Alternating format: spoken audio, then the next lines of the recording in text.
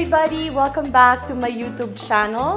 Today is another cooking vlog. And what I am preparing today is one of the recipes that is most requested.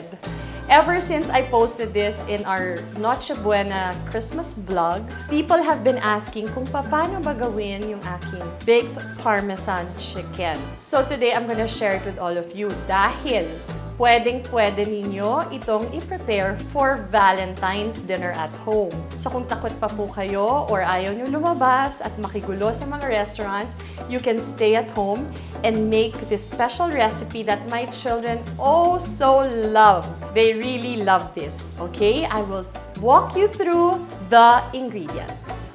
For our special baked chicken Parmesan,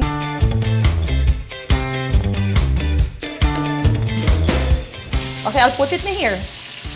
Oh.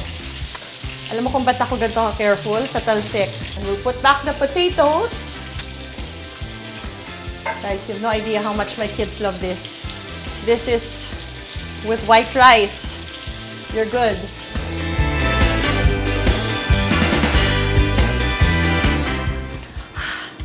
Who are you? Come, say hi. Kiss your mama. Who are you? Who are you? Ang cute nito. Nagma-microwave mag-isa? Nag-microwave ka?